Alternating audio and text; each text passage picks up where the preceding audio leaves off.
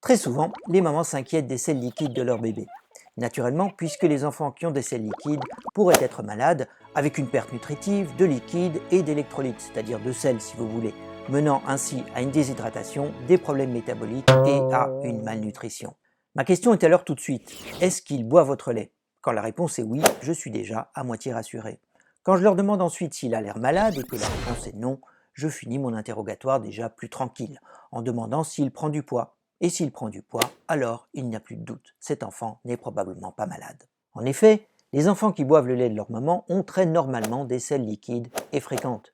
Malheureusement, dans notre monde où faire caca dur est devenu la norme, même pour les bébés, cette nouvelle choque dans bien des foyers. Et c'est important d'en parler parce que j'ai souvent vu des enfants chez qui on fait des examens sanguins, des examens de sel ou à qui on donne des antibiotiques ou dont on recommande même qu'ils arrêtent l'allaitement. Cela n'a pas de sens quand les selles liquides sont simplement le résultat normal de l'allaitement maternel. La raison de ces selles molles ou liquides chez les nourrissons qui boivent le lait de leur maman est que le lait maternel contient certaines substances peu digérées et qui ont tendance à retenir l'eau dans l'intestin. On appelle ces substances des prébiotiques. Ce sont en fait des sortes de sucres qu'on appelle aussi des oligosaccharides. Et non, ce ne sont pas des fraises.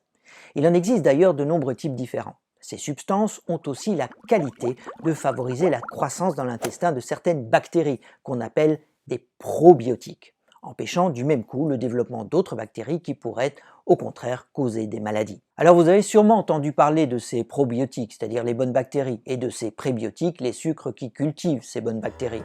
Notamment parce que désormais, les fabricants de laits infantiles ajoutent souvent des pro- et prébiotiques dans leur lait, mentionnés comme GOS ou FOS sur la boîte et dont les propriétés ne sont d'ailleurs pas tout à fait identiques à celles de leurs cousins naturels. Le résultat est, eh bien oui, que les enfants non allaités qui prennent ces laits infantiles ont aussi souvent des selles plus molles, voire liquides. L'aspect des selles des nourrissons allaités peut cependant varier de franchement liquide à plus pâteux, avec une fréquence allant d'une selle après chaque tétée à une selle tous les quelques jours, voire même plus d'une semaine, ce qui n'est d'ailleurs pas si rare.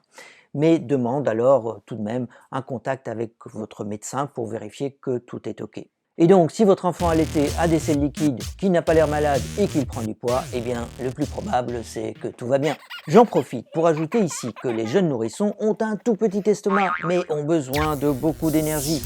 Cela implique qu'ils réclament naturellement souvent à manger, puisqu'ils ne peuvent prendre que de petites quantités à la fois. Eh bien oui, il est donc normal qu'un nouveau-né et un nourrisson jusqu'à l'âge de 2-3 mois veuillent manger toutes les 2 heures, et même toutes les heures et demie, et sans beaucoup d'horaires pour les nouveau-nés. Je rappelle à cette occasion que l'on recommande vivement de nourrir les enfants à la demande et non pas selon un rythme prédéfini.